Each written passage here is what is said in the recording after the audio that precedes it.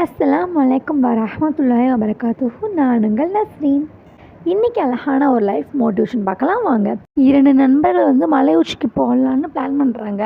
அதில் நம்பரை பார்த்து 2வது நம்பர் சொல்கிறாங்க, அவ்வளோ தூரம் போகிறது வேஸ்ட்டு, அவ்வளோ தூரம் போய் கால் வலியோடு வர சும்மா இருந்துடலாம், அந்த மாதிரி கொஞ்சம் அவங்கள கேலி பண்ணுறாப்புலையும் உன்னால் முடியாதுன்னு சொல்கிறாப்புலையும் சொல்கிறாங்க.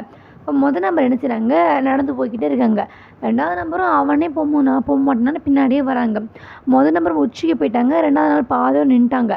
அவர் நம்பர் திரும்பி பார்த்து 2வது நம்பரை பார்த்து பதில் சொல்கிறாங்க, நீ என்னால் போக முடியாதுன்னு சொன்னேன், நான் நின்றுட்டேன், இப்போ நான் சொல்கிறத கேளு, முடியாதுன்னு சொல்லாத, அதை நீ முயற்சி பண்ணி பாரு, முடியாதுன்னு நீ சொன்ன, ஆனால் நான் உன் பேச்சு கேட்டு ஏறாமல் இருந்தேன்னா இப்போ இந்த இடத்துல நான் நின்றுக்க மாட்டேன்.